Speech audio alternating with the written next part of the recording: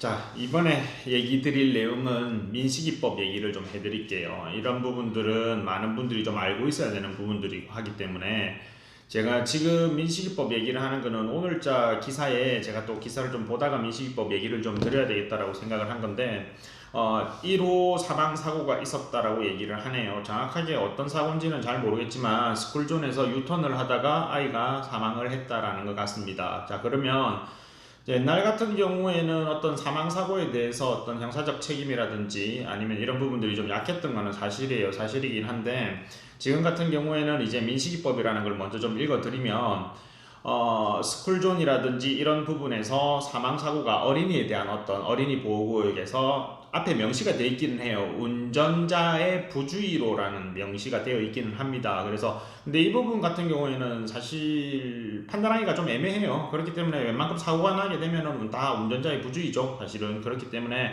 운전자의 부주의로 어린이 보호구역에서 사고가 났다. 특히 사망사고가 났다 그러면은 무기징역 또는 3년 이상이라는 표현이 있어요. 예전에는 뭐 10년 이하 이런 표현이 만약에 있었다라고 하게 된다면 10년 이하라고 하는 거는 뭐 3개월을 형량을 내리든 한 달을 내리든 그 상황에 따라서 잘 조절을 할 수 있는 거긴 한데 지금 같은 경우에는 아주 경미하게 뭐 자기의 과실이 거의 없는 갑자기 아이가 뭐 뛰어들어서 도저히 피할 수 없는 상황이라 하더라도 무조건 일단은 3년은 나온다라는 얘기입니다. 그래서 일단은 3년 이상의 징역을 살게 될 거고요. 그 다음에 만약에 상해를 입히게 된다 그러면은 1년 이상의 징역이라든지 또는 벌금으로는 500만 원에서 3천만 원까지 500만 원 이상 3천만 원 이하의 벌금을 물도록 되어 있습니다. 자, 이렇게 되면 어떤 문제가 생기게 되냐면요. 일단 아주 경미한 뭐 타박상 정도 툭 부딪히는 경우 저도 어릴 때 지나가다가 버스에 툭 부딪혀 본 적도 있고 승용차에 부딪혀 본 적도 사실은 있습니다.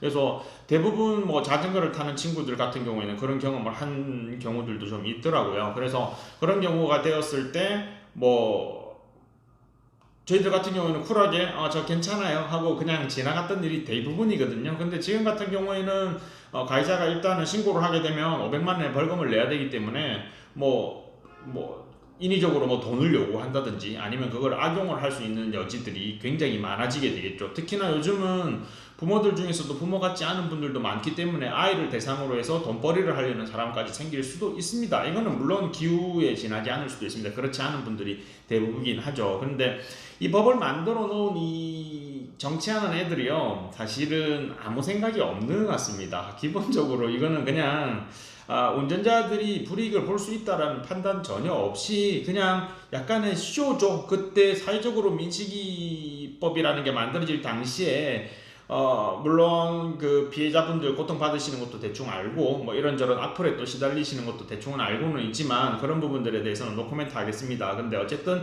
법을 만드는 이 정치인들이 그냥 쇼를 하는 거죠. 아무 생각이 없습니다. 얘네들 같은 경우에는 그냥 막 만든 거예요. 급하게 만들었다는 게 또 나와요. 그러면은 여기 앞 문장에 뭐만 하나 넣어주면은 굉장히 간단하게 이 부분을 해결할 수 있냐면 그렇죠. 어린이 보호구역 내에서 법규를 위반한 상태의 상해 또는 사망 사고가 났다라고 한다라고 하면 이런 부분들을 물어도 충분히 모든 국민들이 타당하게 납득을 할 겁니다. 만약에요, 이 어린이 보호구역에서 30으로 주행을 하는 동안에 사고가 난다 그러면요, 사망사고 날 수가 없어요. 그냥 자동차가 30으로 가는 동안에 그냥 모두가 30으로 지켜달라. 지키는 게 기본적인 목적 아니었나요? 이거는 그냥 운전자들에게 체벌을 가하고 운전자들에게 부담을 주는 게 목적이 아니라 운전자들이 스쿨존에서 속도 30 이상을 내지 못하도록 하는 게 기본적인 내용이 되어야 되죠. 그러려면은 이거 더 강하게 해도 돼요. 사실은 사망사고 있었을 때 뭐 징역 10년 이상 하셔도 됩니다. 단 하나만 지켜주면 되죠. 스쿨존 내에서의 과속을 했다라든지 아니면 스쿨존 내에서의 어떤 신호 위반을 했다라든지 이런 부분에 의한 사고가 있었다라고 한다면 이 부분은 당연히 과하게 심하다 싶을 정도까지 과하게 형벌을 내리셔도 상관없습니다. 근데 법을 만들 때 앞에 그거 간단하게 넣어주면 되는 건데 그거조차 안 하는 거죠. 그냥 머리를 안 쓰는 거예요. 아예 생각 자체를 안 하는 것 같아요. 제가 볼 때는. 그래서 제가 뭐 아직까지 뭐 이걸 촬영을 한 지 얼마 안 됐기 때문에 제 얘기들을 많이 얘기하기가 좀 그렇지만 조금 혹시나 나중에 유명해지면 법 만들 때 그냥 저한테 물어보라고 얘기하고 싶어요.